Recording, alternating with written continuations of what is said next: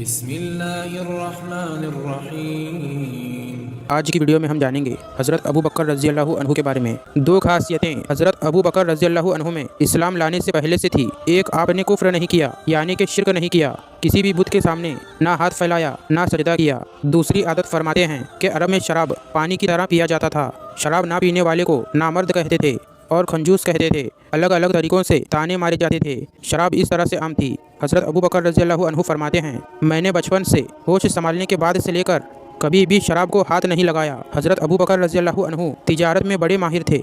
مکہ کے بڑے مشہور تاجروں میں آپ کا نام آتا تھا۔ حضرت ابو بکر رضی اللہ عنہ نے ایک خواب دیکھا کہ آسمان سے ایک نور نکل کر کے آیا ہے اور پورے مکہ پر پھیل گیا، اور حضرت ابو بکر رضی اللہ عنہ فرماتے ہیں، وہ نور ایسا بارش کی طرح گر رہا تھا کہ مکہ کا کوئی گھر اس نور سے خالی نہیں تھا۔ میرے گھر میں بھی وہ نور داخل ہوا۔ میں نے گھر کا دروازہ بند کر لیا تو دیکھا سب اجالا ہی اجالا ہے۔ میں گھبرا کر کے اٹھا اور میں مکہ کے ایک یہودی سے جا کر کے اس کی تعبیر پوچھی۔ اس نے کہا، مجھے معلوم نہیں یہ تعبیر کیا ہو سکتی ہے۔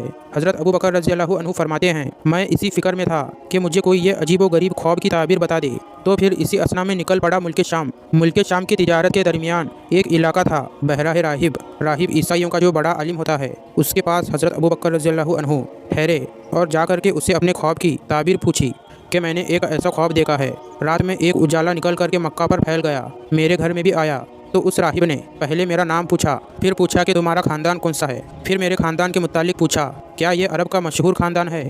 حضرت ابو بکر رضی اللہ عنہ نے کہا۔ پھر اس نے میرا پیشہ پوچھا، کیا کرتے ہو؟ کہا، تجارت کرتا ہوں۔ تو اس راہب نے کہا کہ اے ابو بکر، اگر اللہ نے تیرا خواب سچ کیا تو ان قریب تمہارے خاندان میں ایک نبی پیدا ہوگا جو اپنے نور سے پورے دنیا کے گھروں کو بھر دے گا، اور تم اس کے ساتھی رہو گے، اور اس کی وفات کے بعد تم اس کے وزیر بنو گے۔ حضرت ابو بکر رضی اللہ عنہ نے تجارت کی اور واپس آئے۔ اسی سفر کے بعد جب مکہ واپس آئے تو بڑے بڑے تاجر آپ سے ملنے آیا کرتے تھے۔ لوگوں نے پوچھا، ابو بکر کیسی رہی تجارت؟ حضرت ابو بکر رضی اللہ عنہ نے کہا، بہت اچھی ہوئی، بہت نفع کما کر کے آیا ہوں۔ تم بتاؤ، مکہ میں کوئی نئی بات تو نہیں؟ سب ٹھیک ٹھاک ہے؟ تو کچھ لوگوں نے کہا، ہاں ایک نئی بات ہوئی ہے۔ ابو طالب کے بھتیجے عبداللہ کا یتیم بیٹا محمد صلی اللہ علیہ وسلم، انہوں نے دعویٰ کر دیا ہے کہ وہ اللہ کے نبی ہیں، اور وہ ہمارے تمام معبودوں کو جھٹلا رہے ہیں، ہمارے تمام معبودوں کا انکار کر رہے ہیں۔ حضرت ابو بکر رضی اللہ عنہ سیدھے اٹھ کر کے آئے حضور پاک صلی اللہ علیہ وسلم کے پاس۔ حضور صلی اللہ علیہ وسلم اپنے گھر میں تھے۔ حضرت ابو بکر رضی اللہ عنہ داخل ہوئے اور پوچھا، اے محمد صلی اللہ علیہ وسلم، میں کیا سن رہا ہوں مکہ والوں کی زبان سے؟ میں کیا سن رہا ہوں کہ آپ نے کچھ اعلان کیا ہے؟